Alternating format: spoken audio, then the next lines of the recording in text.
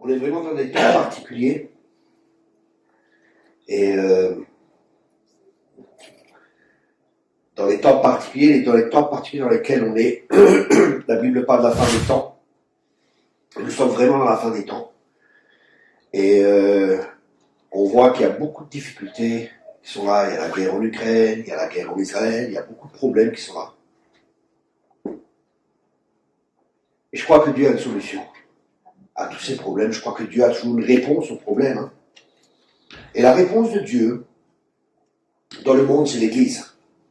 On est là pour être le sel de la terre et la lumière du monde.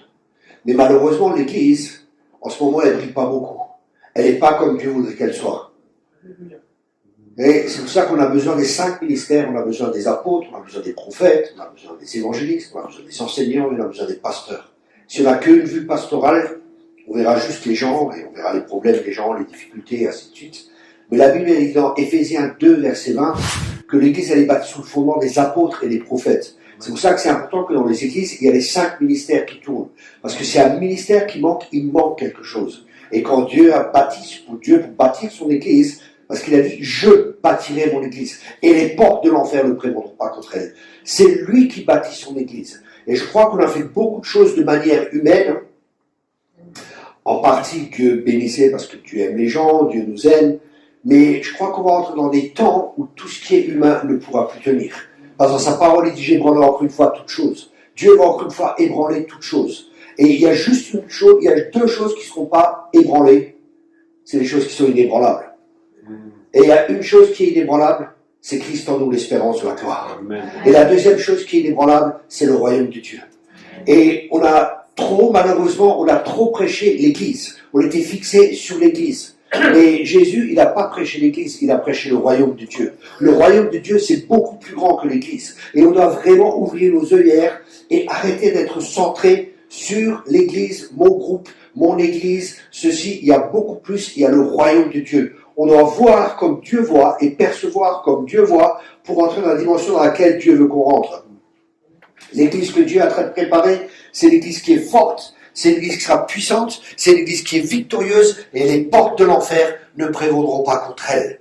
Et quand Jésus dit que les portes de l'enfer ne prévaudront pas contre elle, nous souvent ce qu'on pense, on pense que on est là, on a notre église et tout, et l'ennemi vient et non, il ne pourra rien faire contre nous. Non, non.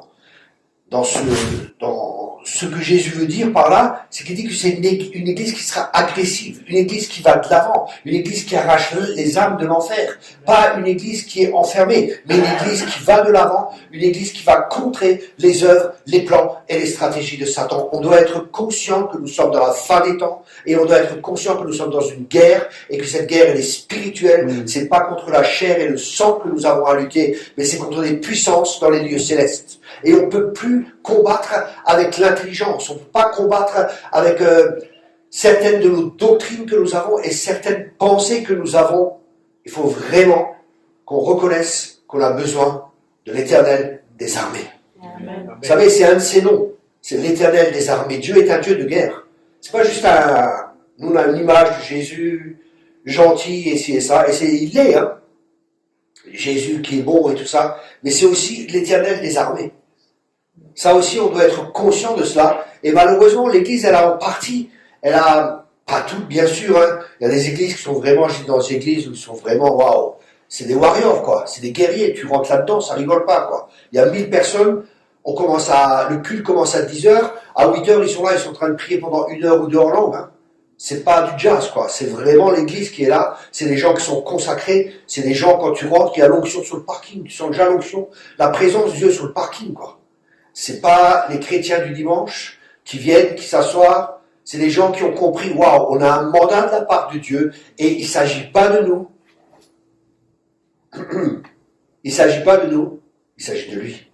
Amen. Mais on est tellement centré sur soi, l'Église, moi, ma bénédiction, moi, même dans nos chants, hein, bénis-moi, moi, 500 millions de Chinois, et moi.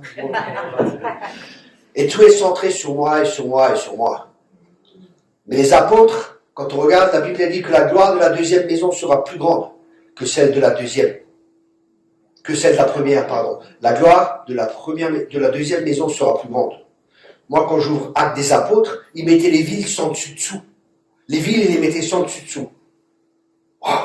Les gens se convertissaient. La crainte de Dieu était là. La persécution est venue. Et elle viendra, la persécution. Elle va venir. Elle va venir. Mais on n'est pas prêt.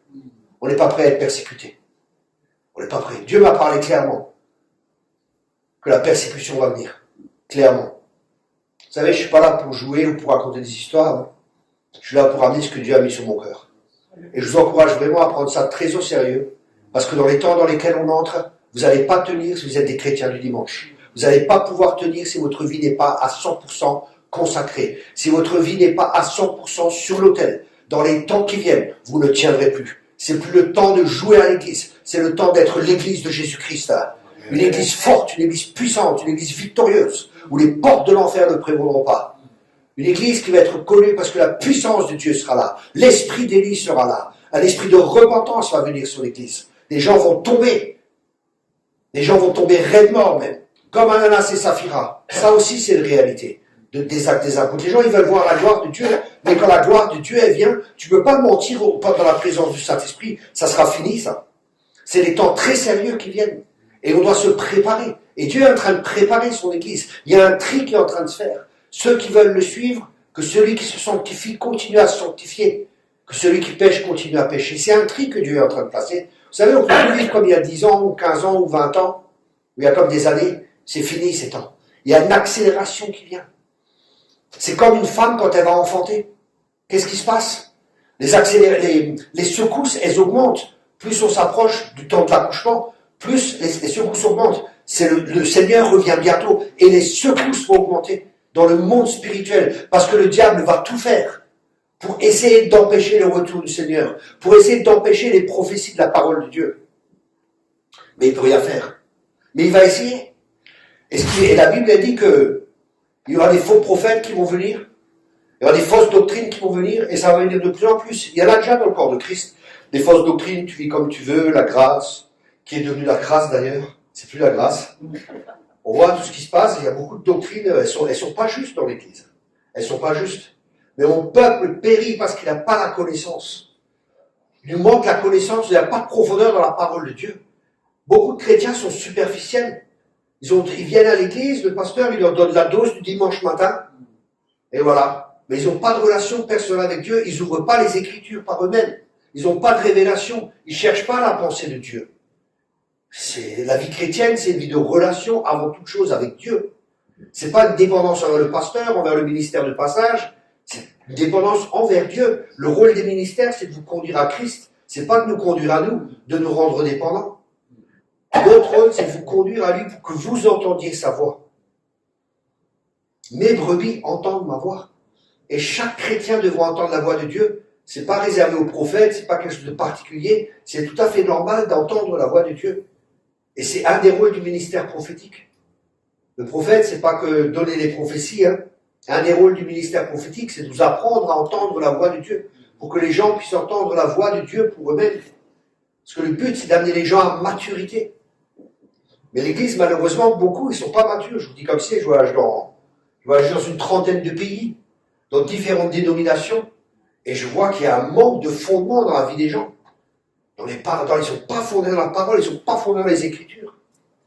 Les gens, ils racontent, ils prophétisent, je vois sur Internet, je me dis, mais c'est pas possible, ça. On voit des doctrines qui sont là, on voit des prophéties qui sont données, et ça correspond pas à la parole de Dieu.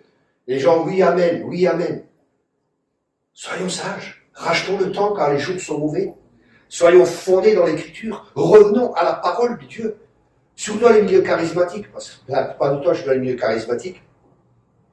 Mais je vois qu'il y a souvent un manque dans la parole. On est charismatique, oui, mais être charismatique ou être prophète, qu'est-ce qu'il faisait, Jérémie? J'ai mangé tes paroles, j'ai dévoré tes paroles. Un prophète, c'est un homme de la parole, c'est un homme qui connaît la parole, parce que la parole, c'est la plus haute autorité. Dieu, il a dit que sa parole est au-dessus de lui. Waouh! Et c'est la somme de tes paroles qui est la vérité. C'est pas juste une parole, c'est la somme de tes paroles qui est la vérité. Ah, je discute des fois avec des gens, oui, mais la Bible a dit ça. Je dis non, la Bible a dit pas ça. Oui, mais il y a ce verset qui dit ça. Je dis ok, mais dans la Bible, il dit qu'il faut 2 ou 3 témoins. Ça veut dire qu'il y a 2 ou 3 versets qui doivent confirmer cela. Sinon, on ne peut pas faire une doctrine d'un seul verset. C'est des principes théologiques. C'est tellement simple. Et ça aussi, c'est un point auquel on doit revenir. Revenons à la simplicité à l'égard de Christ. Revenons à la simplicité à l'égard de Christ. Quand je vois tout ce qui se passe, bishop, archibishop, trishop, quadrishop, c'est pénible à force. Les mecs, ils ont des galons, ils ont tout ce que vous voulez. C'est pas normal, mon gars. C'est vrai, c'est pénible. Moi, je vois pas Jésus comme ça, il se promenait, archibishop, je vois les gars avec des cannes en or et tout, ils se promènent. On va là. Franchement, les gens, mon papa, et ceci et cela. C'est ton père, il t'a pas enfanté. Venez pas me dire papa, hein, je suis pas votre père. Non, c'est vrai. Les papa, je suis pas ton père. Il faut remettre les choses d'équerre, dans l'église. Dieu est triste pour son église, je le dis sincèrement. Il est vraiment triste pour son église. Mais il va agir. Il va agir. Parce que la création entière soupire après les révélations du Fils de Dieu. Qu'est-ce que ça signifie? Vous savez, on voit l'état du monde, et malheureusement, je vous dis sincèrement, j'en discutais avec Aristide, si j'étais pas chrétien, j'aurais peur. Je sais pas, en Belgique, c'est pareil qu'en France, je regarde un peu les journaux en Belgique et tout ça, c'est pareil qu'en France, En France, presque chaque jour, il y a un meurtre, presque chaque jour, il y a des viols, il y a des endroits où la police, ils ont peur d'y aller, il y a tout le temps, mais il y a que des problèmes, chez vous, c'est pas comme ça, en Belgique? C'est pareil. Et nous, l'église, qu'est-ce qu'on fait? On continue à se réunir comme on se réunit. Il y avait le Covid qui était là, et au lieu de se poser des questions, mais qu'est-ce qui se passe dans le Covid? C'est peut-être un temps où Dieu voulait qu'on réfléchisse et qu'on se pose des questions. Je me suis dit, waouh, ça c'est un temps vraiment où on va pouvoir prendre du temps avec Dieu. Je pense que, je dis pas que c'est Dieu qui a créé ça, en tout cas Dieu a permis, sinon on ne serait pas arrivé. Mais c'était un temps aussi où on peut se poser des questions, où les gens, au lieu de dépendre du pasteur, dépendre de ci, ils étaient peut-être tout seuls à la maison, parce que les églises peut-être ne pouvaient pas y aller, donc de rechercher eux-mêmes Dieu, et d'avoir eux-mêmes une relation avec Dieu, et de se conforter dans les Écritures. Et qu'est-ce qui se passe? Après le Covid, je regarde, dans la plupart des églises, elles fonctionnent comme avant. 3 chants. Après, il y a le slow qui vient, les 2 slow qui viennent. Après, il y a un petit repas pour chacun, là, ce qu'on appelle la Sainte Seine. Et après, alléluia, amen, il y a le message qui vient, et puis on se salue et on rentre à la maison. Il n'y a pas de changement, Il n'y a pas de changement. C'est pas ça, l'église. L'église, c'est autre chose. L'église, c'est aussi une armée, C'est un hôpital, où les gens viennent, ils sont blessés, ils sont guéris, ils sont restaurés. C'est une famille, et c'est aussi là où on forme des gens, pour être des guerriers, dans le monde spirituel. Vous savez, dans le monde spirituel, ils savent qui on est, Dans le monde spirituel, on ne peut pas dire oui, ceci ou cela, on est connu dans le monde spirituel. L'apôtre Paul, on connaît, mais toi, on ne te connaît pas. Il chassait les démons, il disait, non, mais qu'est-ce que tu veux, toi? Tu vas chasser personne, on te connaît. Dans le monde spirituel, on est connu. Vous savez, devant les gens, on peut faire du cinéma, on peut faire tout ce qu'on veut. Mais dans la réalité, la vérité, qui on est réellement, ça, dans le monde spirituel, les démons, ils savent. Dieu sait, les anges savent. Ils savent qui tu es réellement. Ils savent la position que tu as. Ils savent le manteau que tu portes. Ils savent l'autorité que tu as. Ils savent réellement. Nous, on doit savoir qui on est aussi en Christ. Et ça, c'est ce que Dieu est en train de faire.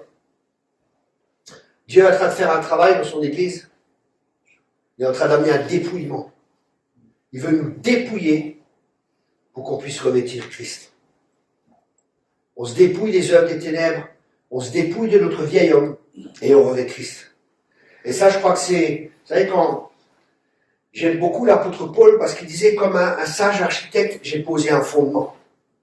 Et vraiment, Dieu m'a beaucoup enseigné sur le ministère apostolique et sur la manière dans laquelle Paul travaille et comment Paul bâtissait l'œuvre de Dieu. Et souvent, les gens pensent, oui, un apôtre, c'est quelqu'un qui établit des églises. Pas forcément. Mais ce qu'un apôtre fait, son but, et ça devrait être le but de tous les ministères, mais surtout le ministère apostolique, c'est de bâtir Christ dans la vie des gens. C'est de bâtir Christ. Vous savez, Dieu m'a parlé clairement pour ma vie. Il m'a dit, Thierry, fais des disciples. Fais des disciples. Et ça, je crois que c'est le manque numéro 1 dans l'Église. C'est le manque numéro 1 dans l'Église. Parce que tout disciple accompli sera comme le maître. Un disciple, qu'est-ce qu'il fait? Il fait comme le maître. Et Dieu m'a dit, fais des disciples. Je dis, mais je fais déjà des disciples. Mais quand Dieu te parle, il sait qu'il veut te parler, il a quelque chose à te dire. Je dis, Seigneur, mais je fais déjà des disciples. Je ne comprenais pas, je priais, je me disais, Purée Seigneur, mais qu'est-ce qui se passe? Et je faisais des disciples, mais pas dans la dimension que Dieu voulait que je fasse. Alors que j'ai fait, je priais, tout ça. Et je me rappelle où je revenais d'Israël, où je partais en Israël. Je sais plus, je peux plus vous dire. En tout cas, je suis là et devant moi, il y avait un rabbin.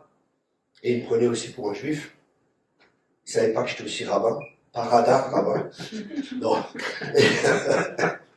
Moi, c'est Rabbi Jacob. Et il me regarde comme ça. Il me dit, ah, vous avez vu là-bas, le rabbin qui est là-bas, c'est un de mes disciples. Je dis, waouh. Je dis, là, il y a Dieu qui me parle. Et j'ai commencé à chercher, moi je me dis, quand on voit dans la parole de Dieu, Jésus, il dit, allez et faites de toutes les nations des disciples. Ok? Et lui, la première chose qu'il fait, il fait quoi? Il appelle des disciples. C'est la première chose qu'il a fait.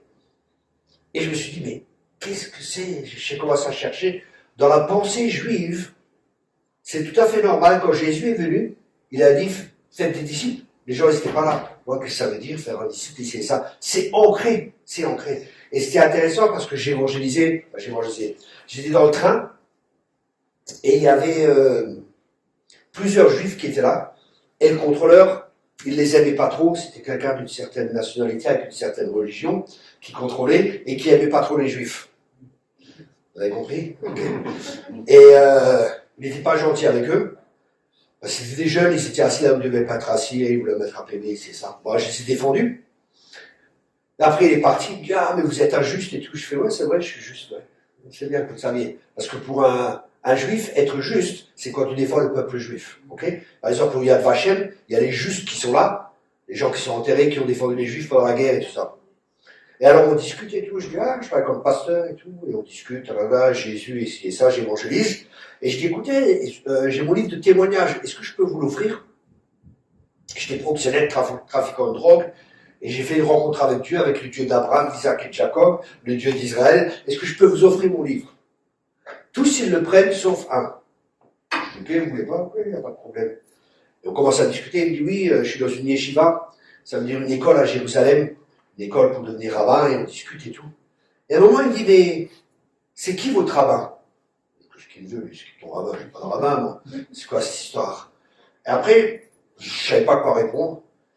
Et bon, on discute, puis je m'en vais. Et après, j'appelle un ami, un juif messianique. Je dis, écoute, j'ai évangélisé des juifs dans le train. Et il y en a un qui m'a dit, c'est qui ton rabbin? Il m'a dit, bah, tu aurais dû dire, c'est le rabbin ton rabbin, il vient de Nazareth. Je dis, ah ouais, ok, c'est Jésus. Je dis, mais pourquoi il me demande ça? Il dit, c'est normal. Parce que pour un juif, le rabbin que tu as, c'est la manière de penser que tu as.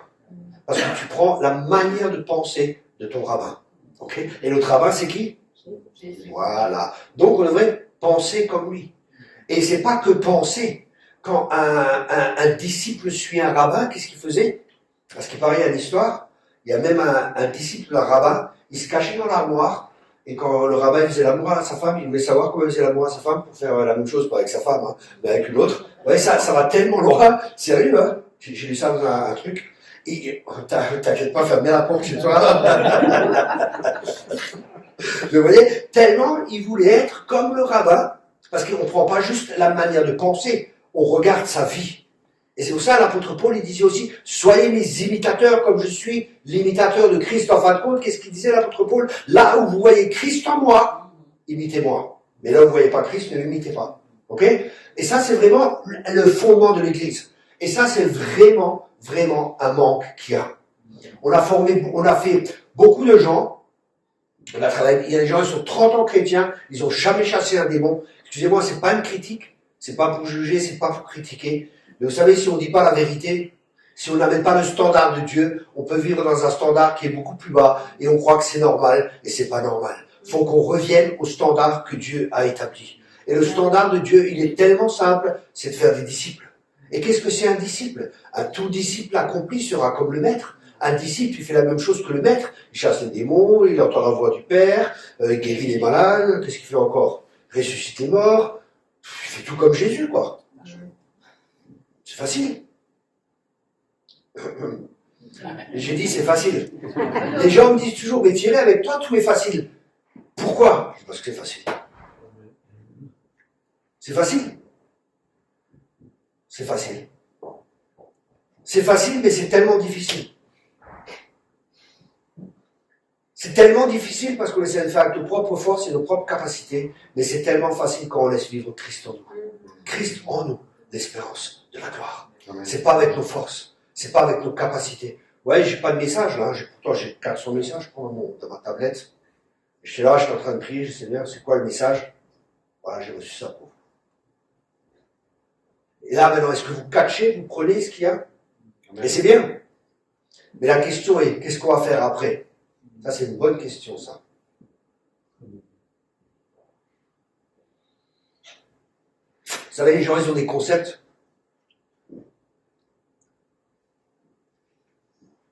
L'église doit être comme ça. Ça, c'est l'église, ça, c'est pas l'église.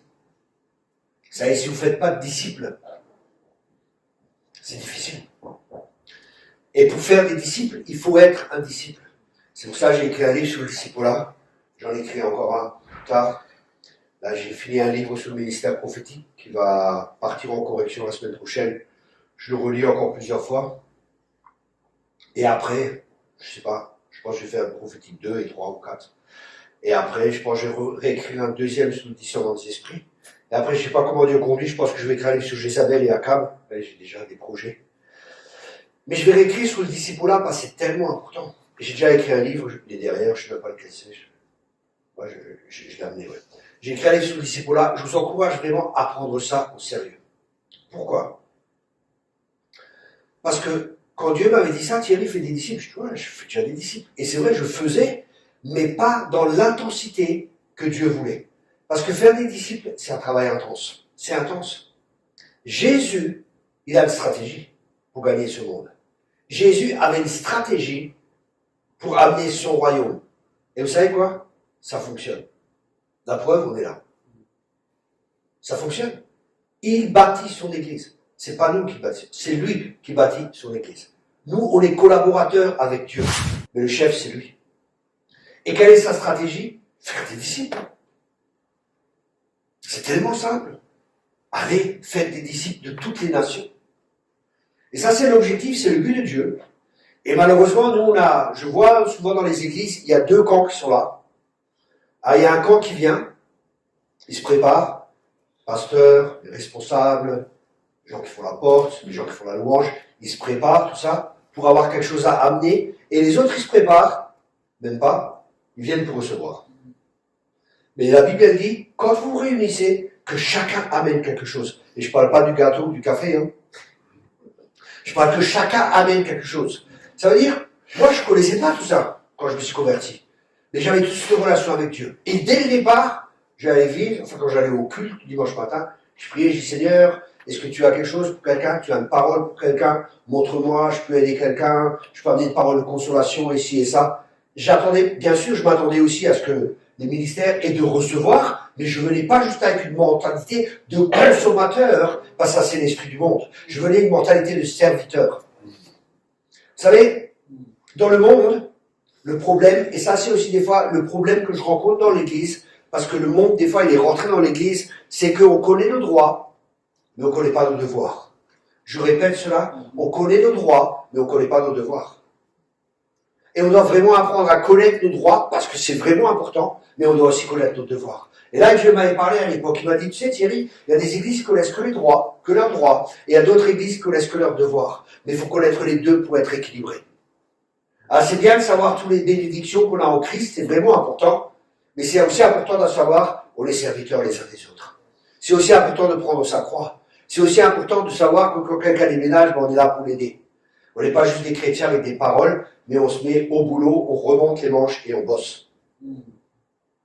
Avec Dieu est en train vraiment de changer l'Église, et elle doit revenir vraiment aux principes élémentaires, hein, aux choses comme Dieu l'a construit. Ça veut dire qu'on doit revenir vraiment à former les gens, à équiper les gens, à équiper les saints, parce que c'est le rôle des 5 ministères. La Bible a dit qu'il a donné les uns comme apôtres, les autres comme prophètes, les autres comme enseignants, évangélistes, enseignants ou docteurs, et après comme pasteurs, pour amener les saints à maturité, pour équiper les saints, afin que les saints fassent l'œuvre du ministère. Wow.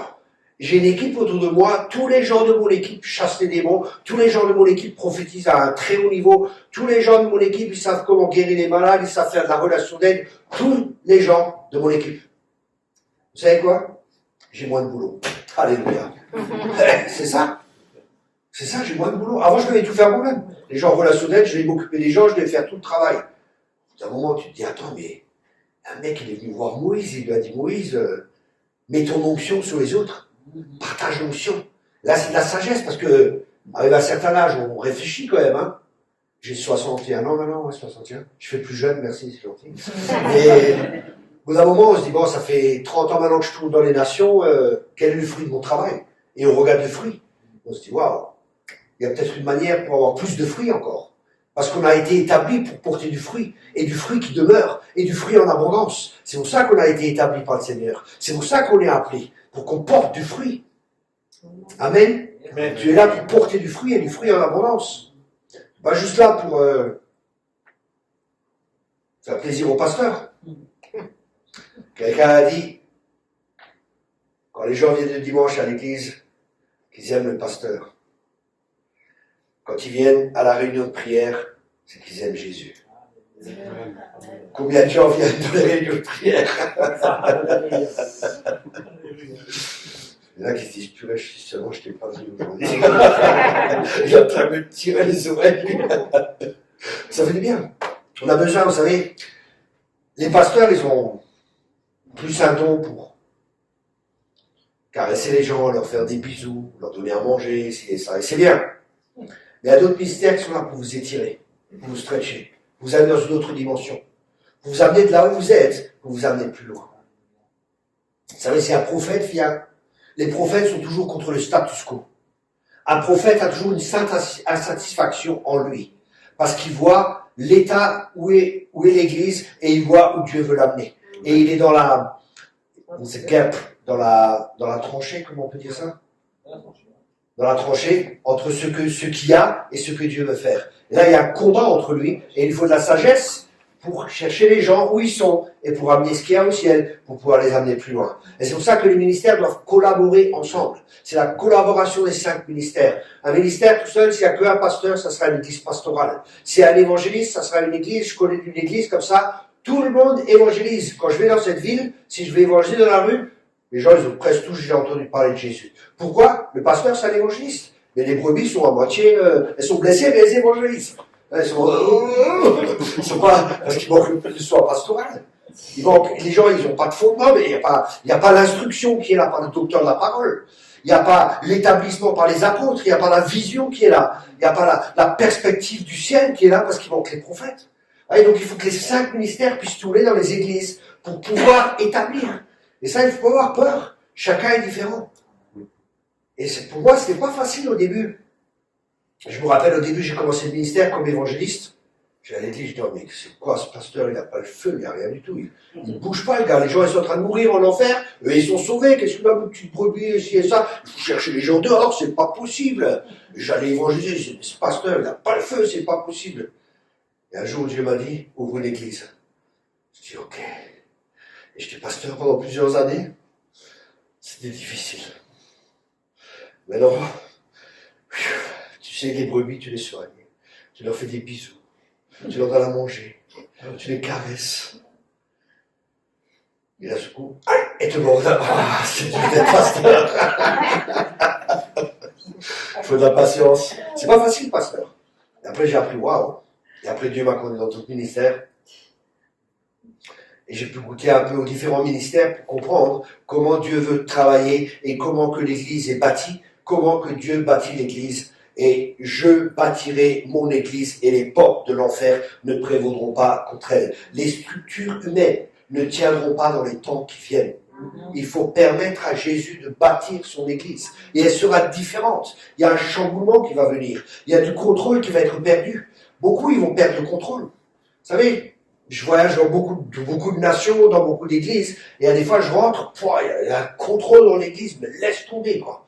Ça m'agresse physiquement, c'est comme si on essayait de m'étrangler. Il y a un tel contrôle qui est là. Les gens, ils sont presque tous habillés pareil, ils se lèvent en même temps, ils mettent les essuie-glaces en même temps. C'est des clonés, quoi. Mais Dieu nous a créés à nous-mêmes, il nous a pas créés, il nous a pas clonés. Chacun est unique. Tu es unique, unique. Sois toi-même, ne meurs pas en tant que copie. Parce que tu meurs en tant que copie, le pire, tu meurs en tant que deuxième. Tu meurs en deuxième. Et chacun est unique. Et ça, c'est la créativité de Dieu. Là, il y a des ministères où moi aussi, souvent, on a essayé de m'enfermer. Thierry, il faut que tu sois comme ça. Oui, en tant que ministère, il faut que tu sois comme ça, il faut que tu sois habillé comme ça. Non, moi, je suis moi-même. Dieu m'a créé comme ça. Je ne vais pas essayer de rentrer dans un moule, quoi. Les gens, je supporte pas ça. Vous voyez, des fois, les gens, ils sont... Ouais, non, ça n'en est pas. Vous voyez, ils sont... Oh frère, hein, vous savez exactement de quelle dénomination il vient, ils prient tous pareil, ils ont tous le même Alléluia, praise the Lord, Alléluia frère. Allez, vous savez exactement de quelle dénomination ils viennent, vous savez de quelle église ils sont, vous savez exactement, c'est pénible quoi. Sois toi-même. Je suis pas bénigne, et bénigne n'est pas Thierry Coq. Et je ne vais pas être bénigne, ni Reinhard Bonquet, bon il est mort, il est pauvre, mais je ne vais pas être quelqu'un d'autre, je suis moi-même. Et pourquoi je peux être moi-même? Ça, c'est une bonne question. Parce que je sais qu'il m'a créé plus beau que les Italiens. Molto bene. Non, parce que je sais qu'il a fait de moi une créature. Amen. Merci, tu confirmes, c'est bien. Au moins, tu confirmes.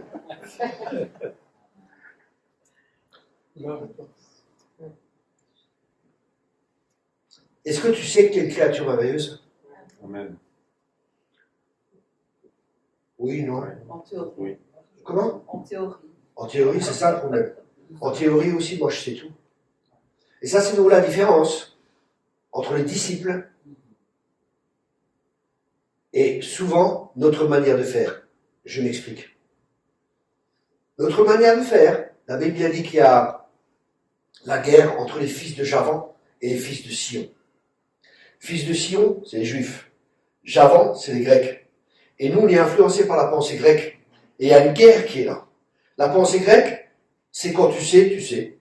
Lui, comme vient de dire la sœur, en théorie, on sait. Mais pour un juif, tu sais uniquement ce que tu mets en pratique. Si tu ne mets pas en pratique, tu sais pas. Uniquement ce que tu vis. Et c'est pour ça que Jésus, quand il dit, voilà, j'ai tellement aimé le monde, qu'est-ce qu'il a fait? Il a donné son fils. Il y a une preuve, il y a quelque chose qui est là. C'est pas juste des paroles, je t'aime, je t'aime, je t'aime, mais t'as rien à manger, mais je t'aime, mon frère. Fratello, je t'aime, je t'aime. Mais j'ai pas les spaghettis dans l'assiette, qu'est-ce qu'il fait? Hein? Faut faire quelque chose, il faut être pratique dans la vie. Et ça, c'est justement la différence qu'il y a dans la pensée grecque et dans la pensée juive. Et nous, malheureusement, nous sommes influencés par cette pensée grecque en Europe, hein, et on voit, et on voit que les gens, oui, mais je sais, Dieu veut que je guérisse les malades, c'est clair, en tant que chrétien, je suis chrétien, mais on prie pas pour les malades. On fait pas. Pourquoi? Parce qu'on sait, et parce qu'on croit qu'on sait, on sait. C'est pour ça, vous voyez, dans les écoles aussi, des fois, les gens, ils sortent des grandes écoles, ils ont une tête comme ça, ils ont plein de théories, tu les mets au boulot, ils savent rien faire du tout. Et théoriquement, ils savent tout, quoi. Mais travailler, faire quelque chose de pratique, ils savent pas le faire. Et c'est pour ça, la méthode de l'apprentissage, c'est vraiment bien. Et c'est pour ça qu'il faut qu'on revienne à faire des disciples. Que faisait Jésus? Qu'est-ce qu'il a fait quand il a formé les disciples? Comment est-ce que Jésus a formé les disciples? Merci, c'est une très bonne question, merci de l'avoir posée. Qu'est-ce qu'il a fait? Et Jésus en choisit 12. Waouh! 12 déjà, c'est le gouvernement de Dieu. Et en fin de compte, en disant qu'il a choisi 12, il voulait établir son gouvernement. Parce que Jésus, je répète, il n'est pas venu pour prêcher l'Église, il est venu pour prêcher le royaume de Dieu. Et le royaume de Dieu, qu'est-ce que c'est? Le royaume de Dieu, écoutez bien, c'est partout où Jésus est Seigneur. Partout où Jésus est Seigneur, il y a le royaume. Parce que le royaume, ça consiste dans chaque royaume, il y a un roi. Et le plus important dans un royaume, c'est le roi. Et c'est pour ça que, pour nous, Colossiens, faut que je regarde. Je crois que c'est Colossiens 1. Faut que je regarde. Ça, c'est le but et l'objectif de Dieu pour notre vie. Voilà. Colossiens chapitre 1. Écoutez bien. C'est important de connaître le but et la volonté de Dieu pour notre vie. Parce que si on ne connaît pas le but et la volonté de Dieu dans notre vie, on ne pourra pas suivre le but et la volonté de Dieu pour notre vie. Quel est le but et quelle est la volonté de Dieu pour notre vie? Qu'est-ce que c'est? Venez avec moi dans Colossiens, chapitre 1.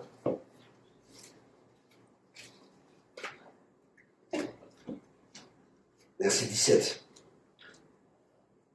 Il est avant toute chose, et toute chose subsiste en lui. Écoutez bien maintenant. Il est la tête du corps de l'Église. Il est le commencement, le premier des nés d'entre les morts, afin d'être en tout le premier. Le but de Dieu, pour nos vies, le but de Dieu pour le monde, c'est que Christ soit en premier. Et ça, c'est le travail du Saint-Esprit en chacun de nous. Le travail du Saint-Esprit en chacun de nous, l'évangile, c'est très simple. L'évangile, c'est, il faut qu'il croisse et que je diminue. Donc le but de Dieu, c'est quoi? C'est qu'il soit le premier en toutes choses. Et ça, c'est le travail du Saint-Esprit en nous. Tout ce que le Saint-Esprit fait dans notre vie, c'est pour que Christ soit en premier. Dans chaque domaine de notre vie où Dieu travaille, c'est pour qu'on soit vaincu, pour que lui soit le vainqueur. C'est que lui, il est la prééminence, la seigneurie, ou la prééminence. Ça, c'est le but de Dieu, c'est l'objectif de Dieu. Et Amos 3, verset 3 dit, 2 hommes peuvent-ils marcher ensemble s'ils ne sont pas en accord? On peut pas marcher avec Dieu si on n'est pas en accord avec Dieu. Mais comment peut-on être en accord avec Dieu? Le seul moyen pour être en accord avec quelqu'un, c'est de connaître ses pensées. Et alors de s'y ajuster. D'accepter sa pensée et que sa pensée devienne ma pensée. Et là, il y a la croix là qui vient. Et ça aussi, c'est des messages qui vont nous être prêchés. Le message de la croix va redevenir central. Pourquoi? Qu'est-ce que c'est que la croix? Ça aussi, c'est une très bonne question. C'est bien que vous posiez cette question, c'est bien. Parce que souvent, on parle de la croix, mais on ne sait même pas ce que c'est. Qu'est-ce que c'est que la croix? La croix, c'est l'endroit où notre volonté rencontre celle de Dieu. Et si notre volonté elle est différente de celle de Dieu, on soumet notre volonté à celle de Dieu. C'est pour ça que la croix, elle était déjà à Gethsémané. Quand Jésus a dit non pas que ma volonté se fasse, mais que ta volonté se fasse. Il a soumis sa volonté à celle de Jésus. Et ça, c'est la croix chaque jour. Enfin, pour moi, hein. Vous aussi? Celui qui veut me suivre, celui qui veut être mon disciple, prenne sa croix et me suive. Et la croix, c'est quoi exactement? C'est là où notre âme essaye de diriger. Mais la Bible dit que tous ceux qui sont fils de Dieu sont dirigés par l'Esprit de Dieu. Et ça, c'est le combat de notre âme. Notre âme, c'est nos émotions, les pensées qui viennent. Oh, je sens que c'est bon. Parce que notre âme, elle a un instant de survie. J'ai écrit un livre là, c'est mon dernier livre, qui est sorti déjà. Ça s'appelle Marcher par l'Esprit, où j'explique tout ça plus en profondeur. Hein. Et c'est là où l'âme, parce que l'âme, elle ne veut pas mourir. L'âme veut toujours dominer. Et si l'âme, elle ne meurt pas, entre parenthèses, ça ne veut pas dire qu'elle meurt, hein, ça veut dire qu'elle se soumet à l'esprit. Et c'est l'esprit qui dirige. Parce que Adam et Ève, ils ont été créés comme des pneumatikos. Pneumatikos, c'est pas une marque de pneus, ça veut dire des gens qui vivent par l'esprit. Et après, à la chute, on est devenus des psychikos. Psychikos, c'est le mot grec qui signifie des gens dirigés par leur âme. C'est-à-dire par leurs 5 sens, par leurs émotions, l'intelligence, parce qu'on a mangé de l'arbre de la connaissance du bien et du mal, on sait ce qui est bien, on sait ce qui est bon, on sait ce qui est mauvais, mais de notre connaissance à nous et pas de la dépendance avec Dieu. Et il veut nous ramener à lui. C'est pour ça que la première chose que Jésus a fait, qu'est-ce qu'il a fait? Il a choisi des disciples, il n'a pas pris n'importe qui. Moi aussi, il y a des gens qui veulent travailler avec nous, hein, ou avec le ministère, je ne prends pas n'importe qui. Je prends ceux que Dieu me donne. Plein de gens veulent, hein. Ça, il ne faut pas prendre n'importe qui en tant que pasteur. Hein. Il y a des gens, il ne faut pas les prendre dans l'église, hein, parce qu'ils vont faire plus de problèmes qu'autre chose. C'est fou, hein. Oui, mais c'est pas de l'amour. Si, c'est de l'amour. Parce qu'il y a des gens que Dieu va me donner, et si Dieu me donne ces gens, je sais que je suis équipé pour pouvoir les équiper. Mais il y a des gens que je suis peut-être pas équipé, ou peut-être que ça correspond pas à la même ADN que moi. Ils sont peut-être différents, ils ont besoin d'autres choses. Ah, vous savez, si vous travaillez avec moi, vous êtes un guerrier, quoi. Vous êtes un warrior. Ça va de l'avant, quoi. Ça cartonne. Pourquoi? Parce que mon appel, c'est de prendre de nouveaux territoires. Mon appel, c'est d'aller de l'avant. Mon appel, c'est pas d'être un pasteur, hein. C'est pas mon appel. Mais mon appel, c'est vraiment d'aller de l'avant et de confronter les puissances des ténèbres. Et je me rappelle, il y a un prophète qui est venu dans un de nos camps. Il m'a dit, si vous travaillez avec Thierry, les mêmes puissances que lui confronte, vous aurez affaire à eux. Donc, vous voyez, c'est des gens que Dieu doit me donner pour que je puisse les équiper, pour que je puisse les former et pour qu'ils puissent aller de l'avant. Parce que nous sommes, je le répète, nous sommes dans une guerre. Première chose, qu'est-ce que Jésus a fait? Il a passé la nuit en prière, il a choisi 12. Ok? Et c'est intéressant, écoutez bien ça.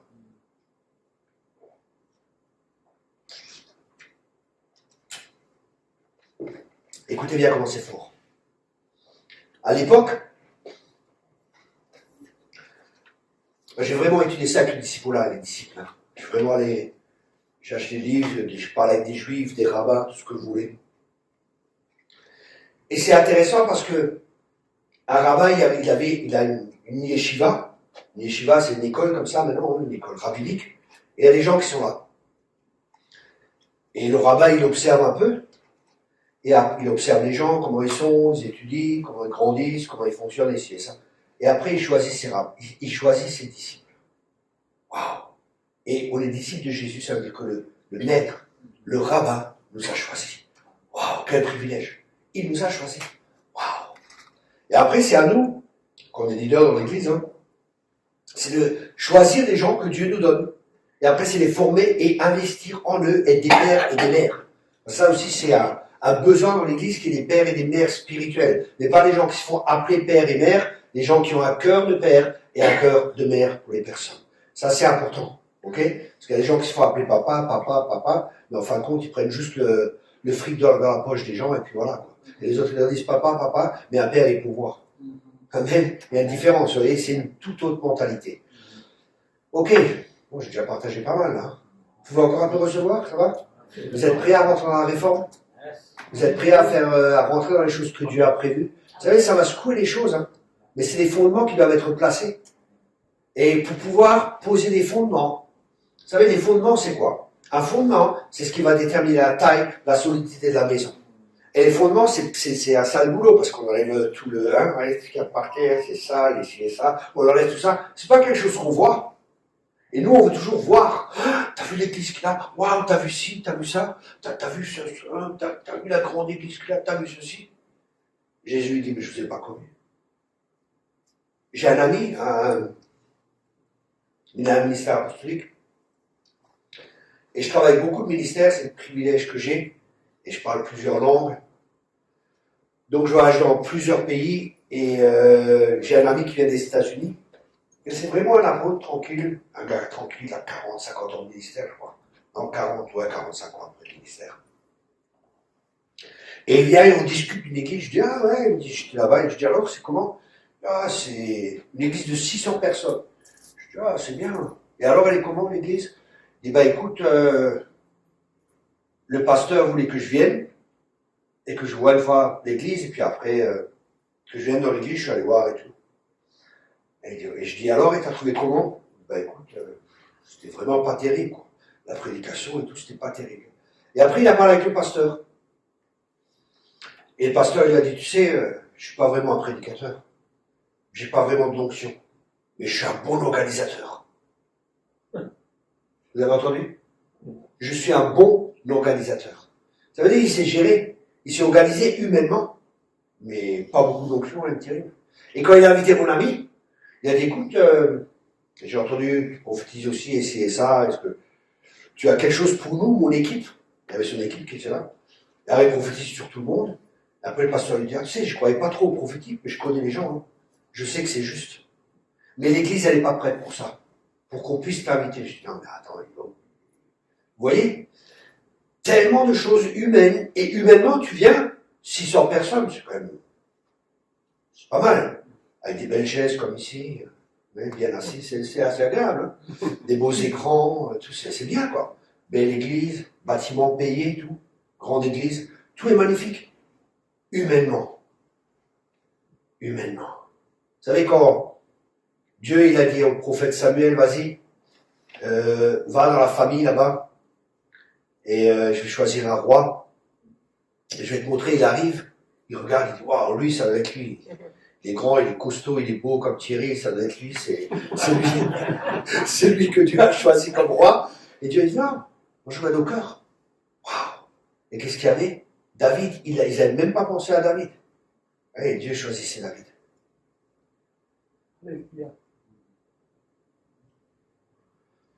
Dieu va t'utiliser parce que tu as un cœur comme David. Et tu vas passer par un temps de formation, tu vas passer par un temps encore où tu vas passer par du dépouillement. Et je vois comment Dieu il va briser les choses en toi, il va briser des forteresses, il va briser il va briser des raisonnements. Et Dieu va t'utiliser, mais pas de la manière à laquelle tu penses. Laisse-le te former, parce que la bonne œuvre qu'il a commencé en toi, il va l'achever. Laisse-le continuer à travailler. Sois un adorateur avant toute chose. Sois un adorateur. Sois un adorateur comme David était un adorateur. Dieu t'a vu quand tu l'as adoré. Dieu a vu quand tu as des difficultés et que tu étais seul vis-à-vis de lui et que tu as crié à lui. Dieu a entendu le cri de ton cœur et il donnera ce que ton cœur désire. Mais tu es encore dans un temps de préparation. Tu es encore dans un temps de formation. Alors écoute, sois à l'écoute de son esprit et Dieu va t'envoyer des hommes et des femmes que lui a préparés. Des hommes et des femmes qui vont être des aides pour toi. Ne cherche pas de manière humaine. Ne cherche pas à bâtir ce que Dieu veut bâtir. Il veut bâtir son Église. Alors ne cherche pas dans des structures humaines ou des choses qui marchent, mais cherche-le lui. Et il enverra des hommes qui sont selon son cœur et qui vont pouvoir t'aider à faire et à bâtir son œuvre. Amen, amen, amen. Alléluia.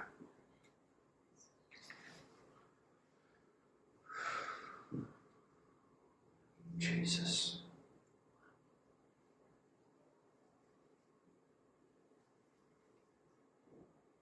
Allez, merci Saint-Esprit. Merci Saint-Esprit pour ta présence.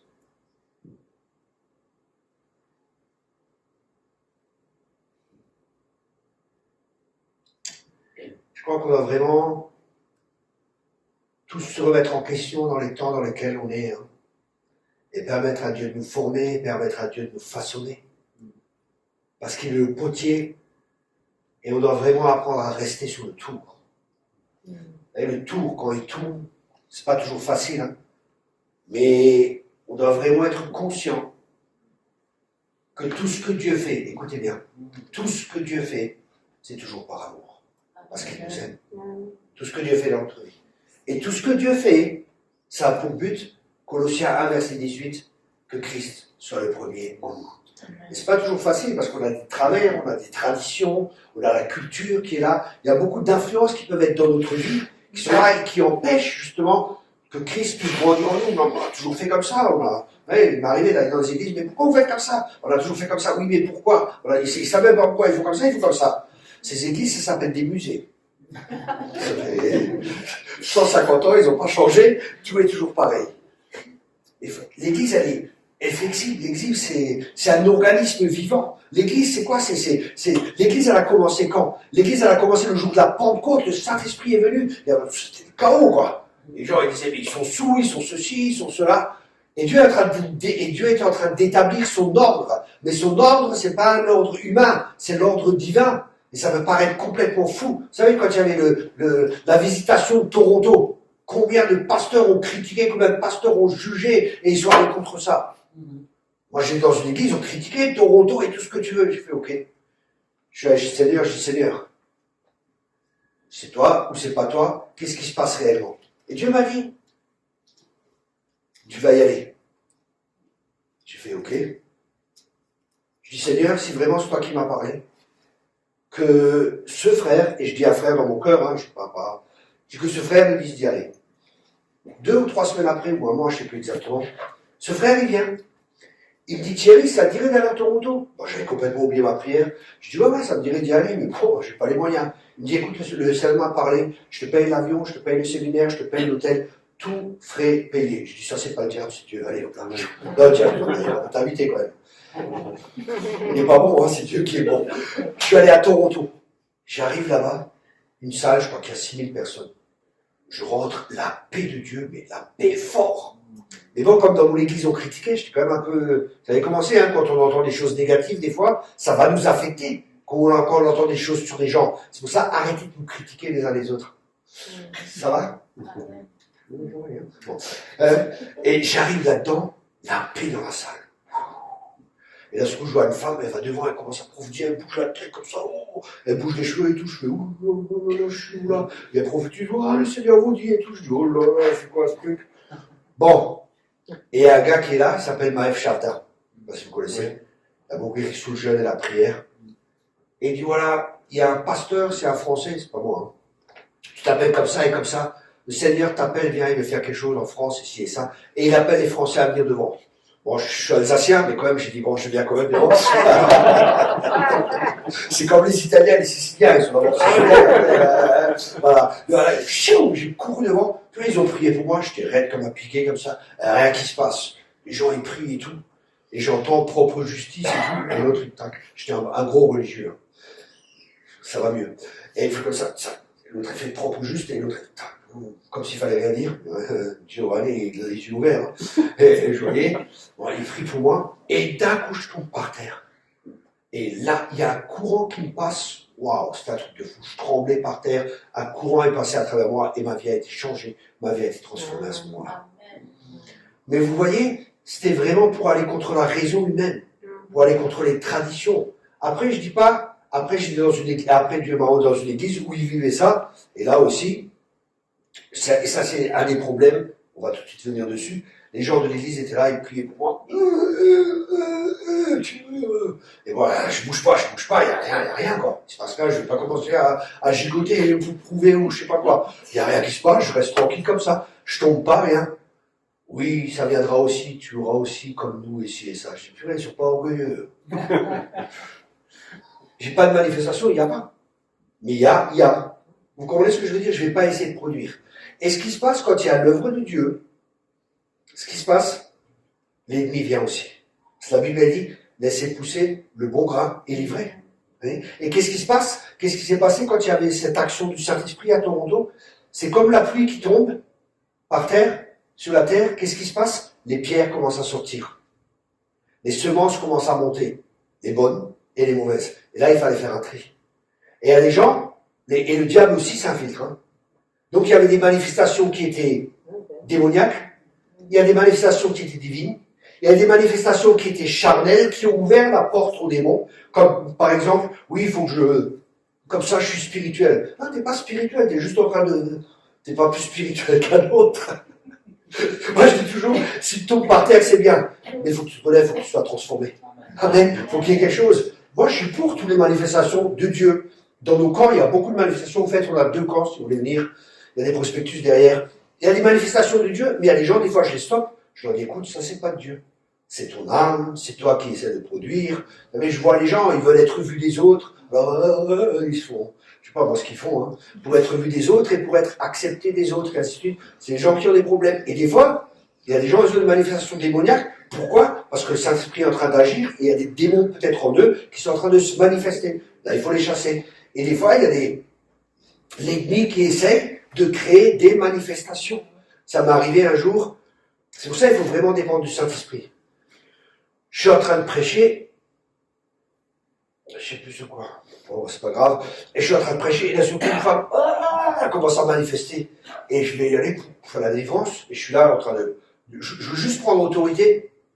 Et le Saint-Esprit me dit, dis-lui qu'elle se taise, parce que l'ennemi veut empêcher mon peuple d'entendre le message que je t'ai donné. Je dis, waouh, oui, il faut vraiment de la sagesse dans l'œuvre de Dieu.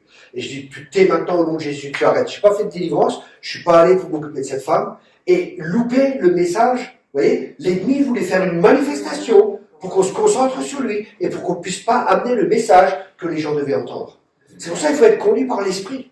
Parce que l'Église, comme j'ai dit au départ, elle a commencé comment? Elle a commencé, je vous apprends compte, elle a commencé par l'Esprit et elle doit continuer par l'Esprit de Dieu. On ne peut pas bâtir l'œuvre de Dieu par la chair. Les prêtres, ils devaient être revêtus de fin lin. Pourquoi? Parce qu'ils ne devaient pas avoir de sueur. La sueur représente toujours le travail de l'homme. Et Dieu n'accepte pas le travail de l'homme. C'est une œuvre spirituelle, l'Église. C'est pas une œuvre qu'on peut bâtir par nous-mêmes. On a besoin du Saint-Esprit. On est dépendant du Saint-Esprit dans tous les domaines. Que ce soit la louange, que ce soit dans tous les domaines. Il faut que ce soit le Saint-Esprit qui dirige. Vous comprenez ce que j'essaie de partager? On ne peut pas placer quelqu'un. Moi, j'ai vu dans une église où j'étais une fois, j'ai vu, ils ont placé un gars ancien parce qu'il avait du fric, quoi. C'était un banquier, il était ceci, il était cela, il avait plein d'argent, il donnait la dîme, et ci et ça, donc il était ancien dans l'église. Ouais, mais ça a tenu 2 ans après, il adultère, tout ce que vous voulez. Il n'est pas appelé, ils l'ont mis dans une position, dans une charge qu'il n'a pas, il n'a pas la peine, et puis voilà, et ça cause des problèmes. Sois là où Dieu veut que tu sois. Si c'est pour balayer, sois le meilleur balayeur de l'église, le meilleur balayeur du monde. Tout ce que tu fais, fais-le du mieux que tu peux. T'es pas moins ou plus, parce que tu balayes que celui qui prêche ou que celui qui fait la louange. Chacun a des dons différents. Utilise les dons que tu as afin de glorifier le Seigneur. Amen. Si c'est balayer, balaye. C'est faire le café, fais le café. Il n'y a pas celui qui prêche, il a d'autres responsabilités que toi. Mais il n'est pas plus, il n'est pas moins. On est tous pareils. On a tous la même valeur aux yeux de Dieu. Amen. Amen. Mais parce que les gens ne sont pas établis, parce que le thème c'est l'identité, du séminaire. Parce que les gens ne sont pas établis dans leur identité, qu'est-ce qu'ils vont faire? Ils vont commencer à chercher une fonction, parce que dans le monde, notre identité ou notre valeur dépend de ce que l'on fait, pas de ce que l'on est. Mais je suis ce que je suis, pas parce que je fais, je suis ce que je suis, parce que Dieu dit que je suis. Amen. Parce que c'est mon Père. C'est les pères qui donnent l'identité. Vous savez, il faut des pères dans l'église et des mères dans l'église qui vont donner l'identité. C'est pas parce que tu es prophète, apôtre, évangéliste ou n'importe que tu es plus que les autres. C'est ta valeur, elle est la même. On a tous été rachetés par le sang précieux de Jésus-Christ. On a tous la même valeur. L'apôtre n'a pas été racheté par plus ou par moins. C'est ce qui détermine notre valeur. C'est le prix qui a été payé pour nous. Quand je suis dans un magasin, j'essaie une veste, tout ça, je dis waouh, je prends la veste, je la mets, tout ça, je rentre le ventre un peu, je suis devant le miroir, je vois beau gosse et toi avec cette veste, trop la classe, elle va trop bien, elle va bien la veste, moi, je vais la prendre, je vois l'étiquette, je fais oh là, bachika là-bas, sac à là-bas. Je vois le prix, je dis ouf, non, je la remets, elle n'a pas valeur. Et quand Dieu t'a vu au ciel, quand le Père t'a vu au ciel, avec le Fils et le Saint-Esprit, ils ont dit waouh, cette personne est perdue. Je veux la racheter. Je veux lui avoir une communion avec. Je veux qu'elle revienne dans ma maison. Le Père, il dit au Saint-Esprit, qu'est-ce que t'en penses? Ah oui. Il dit à Jésus, qu'est-ce que t'en penses? Oui. Et tu sais que tu dois aller à la croix? Oui. Cette personne a cette valeur à mes yeux. Je vais aller à la croix pour elle. Et Jésus dit au Père, oui, mais tu sais que tu me verras à la croix crucifiée. Tu sais que tu verras toutes ces souffrances. Et le Père a dit oui, ça vaut le coup pour cette personne. C'est pour toi. Tu vaux le coup. Aux yeux de Dieu, tu as de la valeur. Ne permets à personne de dire que tu n'as pas de valeur. Ne dis jamais que tu n'as pas de valeur. Oui, mais moi je suis qu'un petit chrétien. Tu as de la valeur. Tu as été racheté à grand prix. Amen. Amen. Par le sang. Pas n'importe quel sang. Le sang même de Dieu. Le sang de Dieu. Le sang précieux. Il n'y a pas de péché, il n'y a rien. Le sang précieux de Jésus-Christ. Waouh, ça c'est la valeur que tu as aux yeux de Dieu. Dieu t'a tant aimé. Tu peux mettre ton prénom. Pas marqué Dieu a tant aimé le monde. Dieu a tant aimé Aristide qu'il a donné son fils unique pour lui. Amen. Waouh. C'est quand tu comprends cela. Moi, un jour, j'avais une révélation, j'étais en train de prier. Et je vois le Seigneur à la croix, comme ça. Et il me regarde. Les yeux d'amour, remplis d'amour, comme ça. Vraiment, waouh, c'était impressionnant. Il me regarde, il me dit, j'ai fait ça pour toi, Thierry. Waouh. C'est rentré dans mon cœur cache. Et ça a affecté ma vie. Et je prie que chacun reçoive cette révélation. Chacun reçoive cette révélation. Il l'a fait pour toi. Si tu étais la seule personne sur cette terre, Jésus serait venu et il serait mort pour toi à la croix. Vous savez, on parle de la croix facilement. Qui a vu le film La Passion? Excellent, hein? Silence radio dans la salle, quoi. C'était calme dans la salle du cinéma. Et j'ai pas profité pour évangéliser, j'étais moi-même tellement touché. Mais c'était un sacré truc. Et là, imaginez-vous cela. Mais imaginez-vous le Père qui voit son fils mourir à la croix. Imaginez-vous cela. Vous arrivez à vous rendre compte? Je ne sais pas si vous êtes un père ou une mère. Vous imaginez, vous voyez votre propre enfant accroché comme ça à la croix. Frappé, maltraité, 40 coups moins un. Et les coups de fouet, c'était pas juste des coups de fouet. Hein. Au bout de chaque sur les fouets, il y avait des lanières. Il y avait une lanière où il y avait un morceau en verre. Il y avait une lanière avec comme un fer. Et l'autre, je ne sais plus ce que c'était. Enfin, il y avait 3 trucs dessus. Et à chaque fois qu'il frappait comme ça rentrait, c'est comme des crochets qui rentrent dans la peau et qui arrachaient la peau.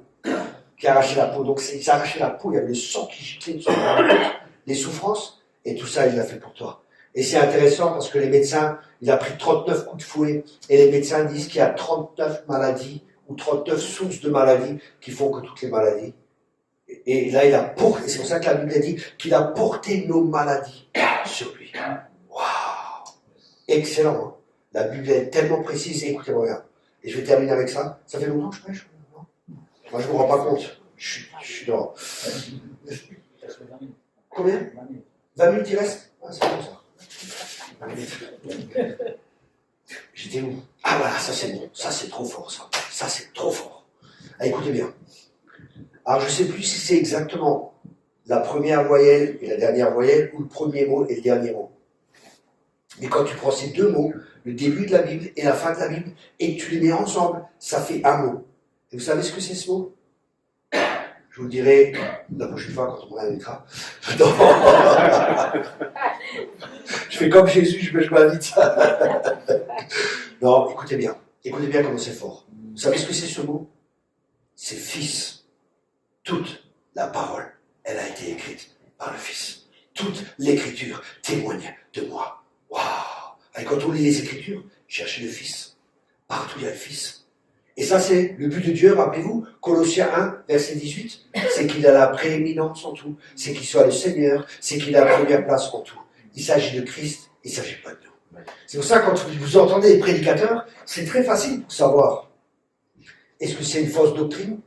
Est-ce que c'est juste ou c'est pas juste? La question, elle est très simple. Et c'est la question qu'on doit se poser. Pour savoir si une doctrine est de Dieu ou non, c'est très facile. La question est, qui est glorifié? Le Saint-Esprit viendra et il prendra de ce qui est à moi et me glorifiera. Waouh! Si c'est un homme qui est glorifié, si c'est une œuvre qui est glorifiée, c'est une église particulière qui est glorifiée, soyez très, très, très prudents. Nous sommes la meilleure église. Nous, ceci, cela, et ça devient des sectes, et ainsi de suite, et ainsi de suite. Faites très attention à cela. Ou l'homme de Dieu qui vient, je vois les gens, ils déroulent le tapis, et je vois des trucs de fous là sur Internet. Je ne sais pas si vous avez vu, hein, mais les mecs, ils arrivent avec des grosses voitures, qui coûtent je ne sais pas combien, des cales en or, des costumes 3 pièces, cuisine, salle de bain, et tout ce que vous voulez. J'ai rien contre ça, hein. J'ai rien contre ça. Mais quand on observe et quand on est dans l'esprit, on voit combien il y a de Christ et on voit combien il y a de l'homme. Et c'est Christ qu'on veut voir. C'est Christ que le monde a besoin de voir. C'est Jésus que les gens ont besoin de voir. Ils n'ont pas besoin de voir l'humain, pas besoin de voir ça, ils ont besoin de voir Jésus. J'ai un ami qui est aux États-Unis et il a visité plein d'églises. Je lui dis alors, quelle était la meilleure église pour toi? Il me dit la meilleure église, excusez-moi, moi juste un peu, c'est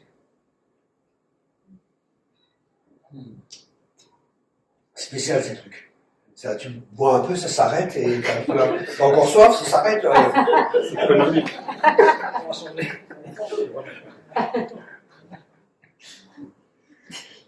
Ça s'enlève ce truc là-haut? Ça m'énerve. C'est scellé. Comment? C'est scellé. Ça s'enlève pas? On met ça en même temps. D'accord. C'est pas le temps, hein. C'est pour les sportifs. Ah, d'accord. Ouais, comme moi, quoi. C'est pas terrible, t'as soif, tu bois, t'as soif et... Bon, après, ça s'enlève, ça, non? Ah, ça dépend aussi.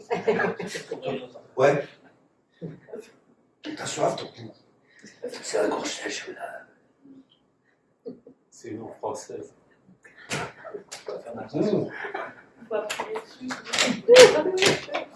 Faut téter, ça me rappelle mon enfance quand j'étais bébé. Faut téter, faut téter.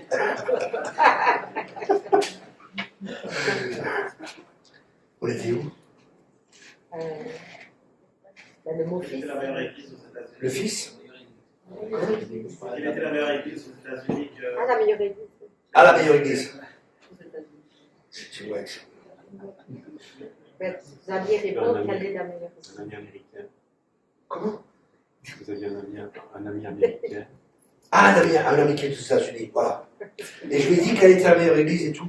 Il m'a dit, tu sais, la meilleure église où j'étais, c'était, il y a beaucoup d'églises aux États-Unis, il a fait des grands noms et tout.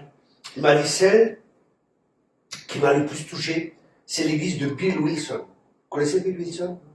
C'est un gars, il a une église dans le Bronx, et il s'occupe de 20 000 enfants. Il a 20 000 enfants abandonnés, et ainsi de suite, et ci et ça. Et il s'occupe que des gens cassés et tout. Et je dis, ouais, mais qu'est-ce qu'il y a dans cette église? Il m'a dit, tu sais, je suis allé dans cette église, je voyais les gens cassés, ça se voyait sur leur visage, les souffrances de la vie et tout. Mais en eux, tu voyais Christ dans la vie des gens. Waouh! Vous savez, celui qui a beaucoup été pardonné, celui-là, il aimera beaucoup. Et c'est pas forcément l'église où il y a des beaux bâtiments, où il y a ceci et cela, mais 20 000 enfants. Le gars, il s'occupe de 20 000 enfants. Vous ne connaissez pas? Je vous encourage à acheter son livre. Courtement, hein, ça c'est des ministères. Waouh! Le gars, chapeau, quoi. Pouah, excellent. Le gars, il a été abandonné par ses parents à 4 ans. 4 ans, abandonné dans la rue. Hein. Et plein de gens sont passés, tout ça.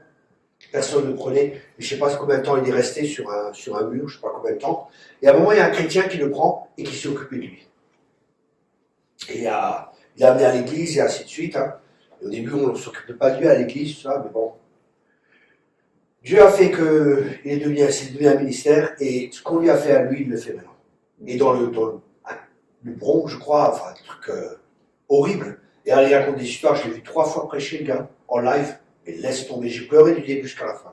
Une compassion, j'arrêtais pas de pleurer. J'étais sur ma chaise, j'arrêtais pas de pleurer.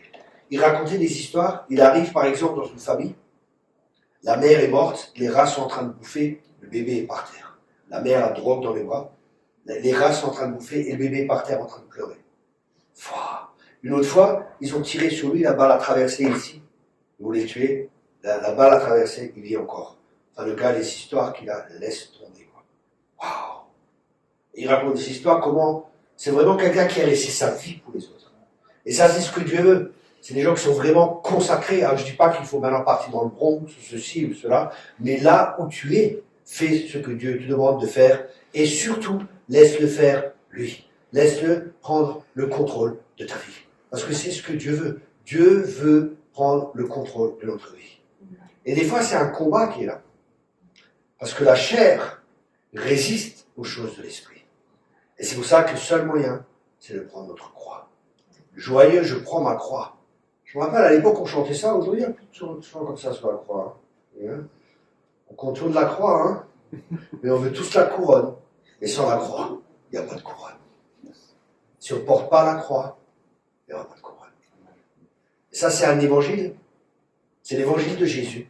Vous savez, j'étais béni, hein. J'ai fait l'école biblique chez Pierre Truchel, je ne sais pas si vous connaissez. Pétard, au début, c'était dur. Hein. Moi, j'arrive, je vais de l'église, après, ça va quand même, l'église, bon, ça allait. Ça allait, il y avait des bons messages, ça allait. Et j'arrive chez Pierre Truchel, là-bas. Le premier soir, tous les élèves de l'école biblique viennent. C'était la réunion des élèves de l'école biblique. Et lui, il prêche. Il dit, voilà, bonjour, les élèves de l'école biblique, je vous salue. Alors ici, c'est pas un bateau de croisière avec votre coca et tout, c'est un bateau de guerre. Je dis, ok, ça me va. Et vous savez, ici, c'est la croix ou la valise. Je fais, ouais, ça me va. Alors il dit, ouais, vous êtes esclave de Jésus-Christ. Je fais, quoi? Je suis esclave de personne, moi, qu'est-ce qu'il veut, lui? Esclave de Jésus-Christ, il est fou. Petit rebelle en moi. Esclave de Jésus-Christ, je suis esclave de personne. On est esclave, mais en même temps, les fils. On verra plus tard, on ira plus en profondeur dans ça. Et je vous garantis, ça m'a travaillé. Mon âme, elle était là. Oh, les messages qu'il a amenés, ça coupait, l'épée te coupait de haut jusqu'en bas. Au début, je voulais me barrer. Hein. Sincèrement, le premier jour, les 2 premiers jours, je dis, ah, je reste pas ici, c'est des fous ici. Qu'est-ce que c'est que ce truc? C'était que la croix, le renoncement à soi. Et vous savez pourquoi ça me travaillait tellement? Parce qu'il le vivait, ce qu'il prêchait. Il le vivait. Waouh! Et on doit revenir à ces messages. Si quelqu'un veut être mon disciple, qu'il prenne sa croix et me suive. Et renonce à lui-même. Et c'était vraiment des fondements qui ont été établis dans ma vie. Et ça m'a permis de tenir ça, et bien sûr la grâce de Dieu, toutes ces années dans le ministère. Parce que vous prenez des coups dans le ministère. Vous allez être jugé, vous allez être critiqué. On va mentir sur vous. On va faire plein, tout ça contre vous. Tout ce qui est possible. On va tout faire contre vous. Et grâce à ces enseignements que lui a donnés, qui sont restés dans ma vie, ça m'a aidé à tenir. Il disait par exemple, il était quelque part en Afrique, et les gens l'avaient critiqué, il racontait des mensonges sur lui et tout. Et il voulait se défendre, il voulait dire c'est pas vrai, Dieu lui a dit non, ne fais rien. Et ça a duré 1 an, rien. Et après Dieu lui a dit maintenant tu peux repartir en Afrique. Et Dieu lui a ouvert des portes ailleurs. Et c'est ce qui s'est passé. Il y avait des signes, il y avait des miracles, il y avait des prodiges. Il y avait des résurrections de morts. Il y avait plein de choses qui sont passées. Et vous savez, si on justifie nous-mêmes, c'est humain. Mais quand c'est Dieu qui nous justifie, c'est divin et toute bouche est fermée. Amen. On dit Amen, mais moi je disais Amen, ouais, c'est bon. Mais après, quand tu passes par là, surtout moi, mon vieil homme, j'ai un peu de sang italien aussi. Alors, des fois, j'ai envie d'imposer les mains. C'est pas facile de mourir à ça. Hein. C'est pas facile quand tu es critiqué, on te juge, on parle mal de toi partout, les gens, ah, j'ai entendu ça sur toi, j'ai entendu, c'est quoi Et Dieu dit non, tu bouges pas, tu meurs, c'est moi ta justice. Et c'est comme ça que Christ grandit en nous. Amen. Amen. Et c'est glorieux, parce que tu n'as plus besoin de te défendre. Et une fois que tu es mort, ça ne te touche plus après.